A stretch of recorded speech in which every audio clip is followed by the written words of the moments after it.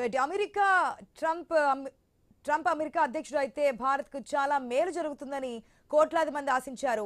ట్రంప్లో మరో నరేంద్ర మోదీని చూసుకున్నారు. కానీ ట్రంప్ ఇస్తున్న వరుస షాక్లకు అంతే లేకుండా పోతోంది. మేక్ అమెరికా గ్రేట్ అగైన్ పేరుతో ఎడాపెడా ఊపిరి సలపని నిర్ణయాలు తీసుకుంటూ భారత్ సహా అనేక దేశాలను ఉక్కిరిబిక్కిరి చేస్తున్నారు. సుంకాల నుంచి ఉపశమనం దక్కుతుందో లేదో అని టెన్షన్లో ఉన్న సమయంలో H1B వీసాల వార్షిక ఫీజును అమాంతం పెంచేశారు. $1,00,000 ఫీజుగా నిర్ధారిస్తూ ఆదేశాలపై ఒక సంతకం గీకి పడేశారు ట్రంప్. అమెరికాలో విదేశీయులు ఉద్యోగం చేయాలంటే H1B వీసాలు కీలకం. గతంలో దీనికి భారత కరెన్సీలో 1,00,000 నుంచి 6,00,000 వరకు అయ్యేది.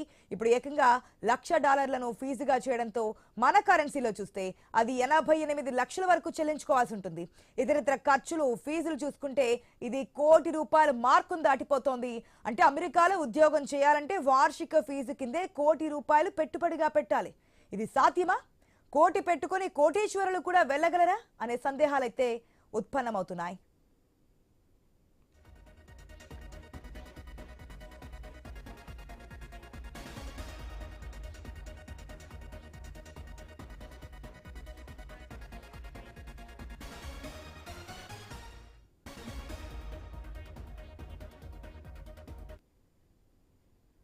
అమెరికాలో ఒక సగటు సాఫ్ట్వేర్ ఇంజనీర్ కు ఏడాదికి $1,20,000 సంపాదన ఉంటుంది.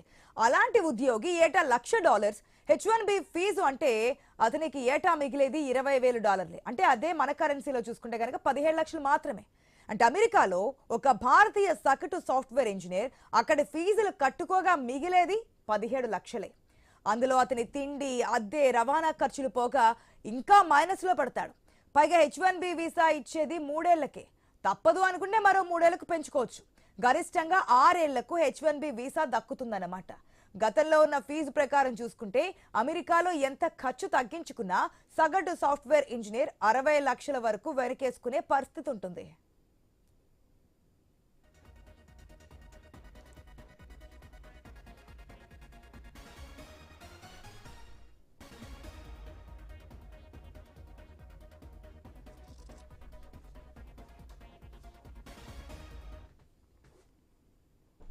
అమెరికా వెళ్లాలనే కల భారతీయులకు మొదటి నుంచి ఉన్నదే. అప్పట్లో వైద్యులు ఎక్కువగా అమెరికాకు వెళ్లేవారు, అక్కడే స్థిరపడేవారు కూడా. మరికొందరు వ్యాపారవేత్తలు క్యూ కట్టారు. ఇన్ఫర్మేషన్ టెక్నాలజీ ప్రాధాన్యం పెరిగిన తర్వాత సామాన్య భారతీయుల్లోనూ డాలర్ డ్రీమ్స్ కు రెక్కలు విచ్చుకున్నాయి. ఈ మూడును పసిగట్టినటువంటి అమెరికా 1990లోనే H1B వీసాలను తీసుకొచ్చింది. ఈ వీసా ద్వారా ఒక్క సాఫ్ట్వేర్ ఉద్యోగులే కాకుండా వివిధ రంగాల్లో ఉపాధి పొందడానికి వివిధ దేశాలకు చెందిన వారు అమెరికా చేరుకోవడం మొదలైంది. అమెరికా అధ్యక్షుడు డొనాల్డ్ ట్రంప్ భార్య మెలానియా 1996లో H1B వీసాపైనే అమెరికా చేరుకొని మోడలింగ్లో జాబ్ సంపాదించారు.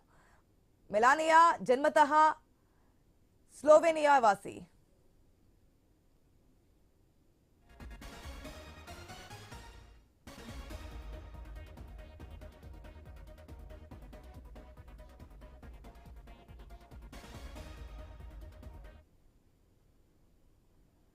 ఐటీ విప్లవం పెరిగిన తర్వాత H1B వీసాను బాగా క్యాష్ చేసినటువంటి వారు మాత్రం భారతీయులే. మన వాళ్ళలో తెలివితేటలు ఎక్కువగా ఉంటాయి, విషయ పరిజ్ఞానం కూడా ఎక్కువే, కష్టపడే మనస్తత్వం కూడా ఉంటుంది. ఇది దిగ్గజ ఐటీ కంపెనీలకు బాగా నచ్చింది. భారతీయులను ఎక్కువగా రిక్రూట్ చేసుకున్నారు, వీసా ఫీజు ఖర్చులు భరించాయి. ఇలా ఒకరి తర్వాత ఒకరిగా ఇప్పుడు భారత్లో ఒక మాదిరి పట్టణాల నుంచి ఒకరో ఇద్దరో లేక అంతకంటే ఎక్కువే అమెరికాలో జాబ్ చేస్తున్నట్టు కనిపిస్తున్నారు. ఇది ఫ్యాషన్గా మారిపోయింది కూడా. అమెరికా అంటే క్రేజ్గా అవతరించింది. దానికి తగ్గట్టే డాలర్ డ్రీమ్స్ కూడా పెరిగాయి. చివరికి అమెరికా అల్లులకు డిమాండ్ కూడా పెరిగిపోయింది. సప్పో చేసి H1B వీసా సంపాదించి అమెరికాలో చిన్న ఉద్యోగం కొడితే కోట్ల రూపాయలు కట్నంగా తీసుకొని అల్లుళ్ళు అనేక మంది మన తెలుగు రాష్ట్రాల్లో కనిపిస్తూ ఉంటారు. అమెరికా సంబంధం అంటే గొప్పగా చెప్పుకునే రోజులు ఇంకా ఉన్నాయి. కుమార్తె సుఖపడుతుందని తాహతుకు మించి అప్పు చేసి కట్నంగా అమెరికా అల్లుడి చేతిలో దారబోసిన అత్తమామలు అనేక మంది.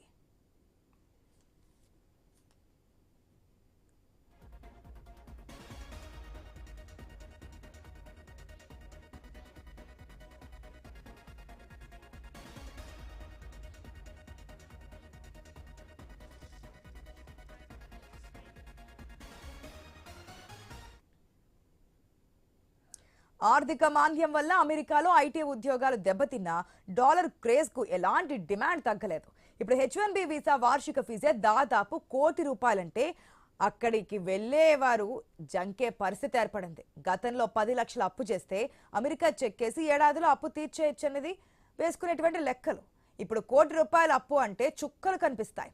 తేడా వచ్చిందో అప్పుల ఊబులో చిక్కుకుపోవాల్సిందే. మరి ఒకవేళ ధైర్యం చేసి వెళ్ళినా అప్పు తీరడానికి ఎంత సమయం పడుతుందో చెప్పలేం కూడా. కాకపోతే ఇప్పటికీ అమెరికా సంబంధం అంటే పిచ్చిగా వెంటపడే పేరెంట్స్ కు కష్టాలు తప్పకపోవచ్చు. కట్నం కోటి దగ్గర మొదలుపెట్టి ఆపై ఎంత అడుగుతారో చెప్పలేం కూడా. FM వీసాలపై అమెరికాలో చదువుకోవడానికి వెళ్ళినా అక్కడ ఖర్చు ఎక్కువే. 2 ఏళ్ల అమెరికాలో MS పూర్తి చేస్తే H1B వీసాలపై అక్కడే ఉద్యోగం చేయొచ్చనే ఆశలకు బ్రేక్ పడింది. అమెరికాలో MS అంటే అక్కడ ఉద్యోగం ఈజీగా దొరకబట్టొచ్చనే వాళ్ళ సంఖ్య ఎక్కువ. ఇప్పుడు అమెరికాలో MS చదువులపైన H1B వీసాల ప్రభావం కూడా పడొచ్చు.